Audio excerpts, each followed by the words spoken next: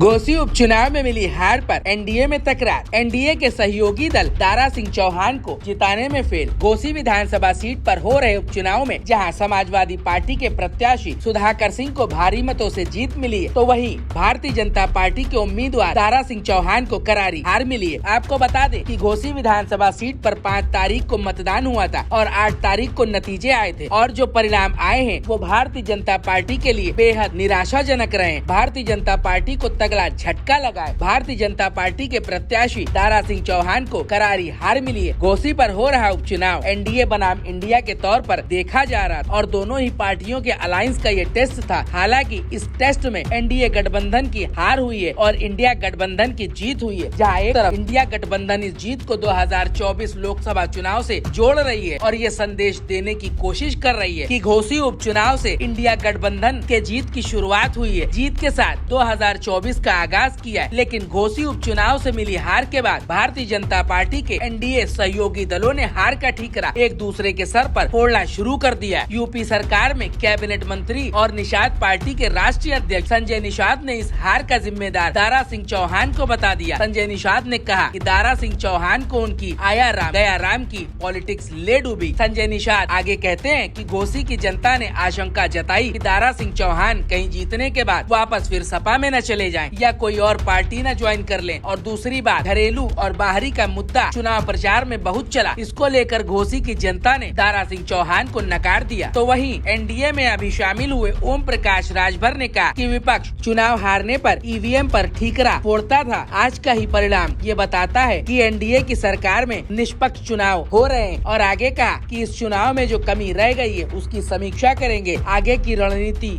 तय करेंगे। उन्होंने कहा कि 2024 लोकसभा चुनाव के लिए हम समीक्षा करने के बाद रणनीति तय करेंगे, आगे बढ़ेंगे। लेकिन अब सवाल ये उठता है कि 2024 लोकसभा चुनाव से पहले पूर्वांचल को मजबूत करने के लिए ओम प्रकाश राजभर और दारा सिंह चौहान को एनडीए गठबंधन का हिस्सा बनाया गया था। ये घोसी उपचुनाव ओम प्रकाश राजभर और दारा सिंह चौहान दोनों का लिटिल टेस्ट था। हालांकि दोनों इस टेस्ट में फेल हो गए। ओम प्रकाश राजभर पूर्वांचल की सीटों पर जीत और हार के समीकरण तय करने का वादा करते थे और भारतीय जनता पार्टी के सामने अपने आप को साबित करने के लिए इस चुनाव में राजभर ने अपनी पूरी ताकत के साथ रणनीति तैयार की और उस रणनीति पर चुनाव भी लड़वाया। ओपी राजभर के दोनों बेटों समेत उनकी पूरी पार्टी इस चुनाव में काफी दमखम के साथ एक्टिव दिखी। ओम प्रकाश राजभर ने 2 सितंबर को मुख्यमंत्री योगी आदित्यनाथ की घोसी में हुई जनसभा में भी ज्यादा से ज्यादा लोग राजभर की टोपी लगाए हुए दिखे। लेकिन इन सब के बावजूद